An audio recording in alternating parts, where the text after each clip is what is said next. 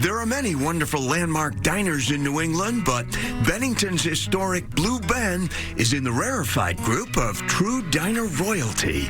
A New Jersey-made Silk City diner, now 80 years old, only one location and only 3 owners. I mean, I don't really think of it as so much as my diner as that I'm just the current steward of the place. A lot of history. John Getchell bought the diner during COVID, but as a former Bennington College student, he was once a diner regular and clearly recalls his very first visit here. As a prospective student, after a Friday night party where I got destroyed, my new friends at Bennington brought me here to recover and experience Sonny Monroe's spinach pesto omelet. The menu's still big and varied, and the diner's legion of fans extends now across multiple generations.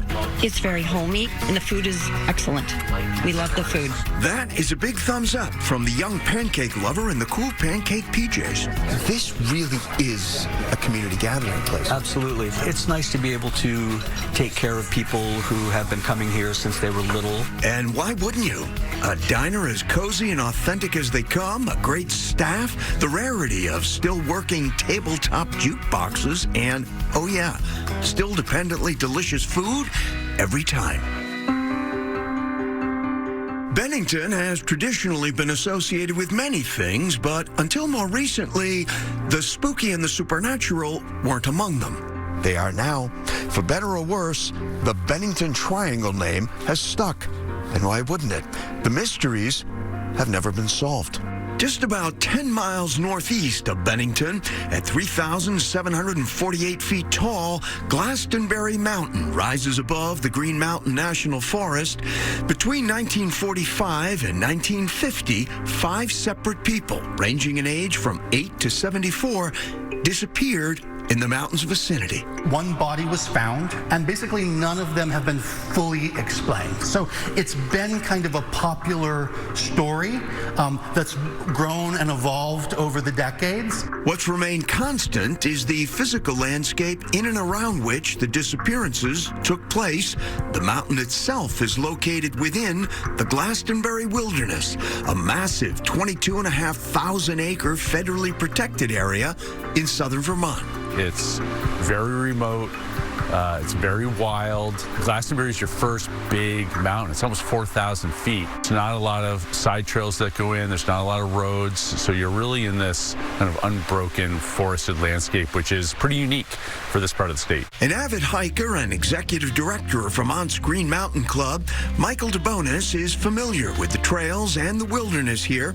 We met up in Woodford at the main trailhead for accessing both the Appalachian Trail and Vermont's Long Trail, which run together here for the dense and rugged 10 miles north to Glastonbury Mountain.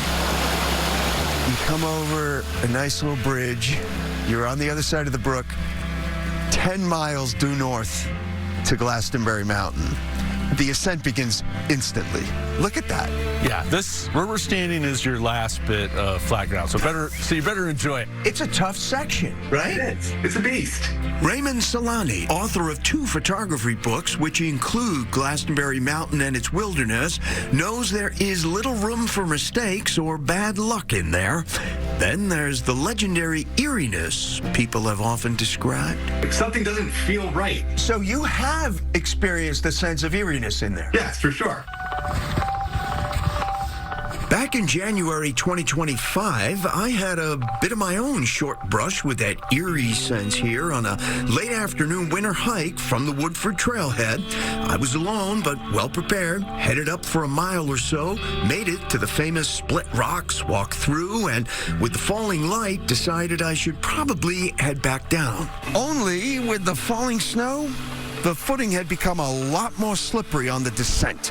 At some point, I misstepped on a rock, lost my footing entirely, and flew off into the woods for 15 or 20 feet. I was unhurt, got back down, but a thought stayed with me. These woods are so dense, so full of possible hazards, they could swallow you up whole and never leave a trace. Does that explain how each of the 5 people years ago vanished here? Was it something else? We'll likely never know. It's an area with a really kind of tragic history, and some of those folks that went missing, they had, it's a horrible experience. You can really feel what it would be like to be out in the woods alone. Yeah, it's a really tough spot.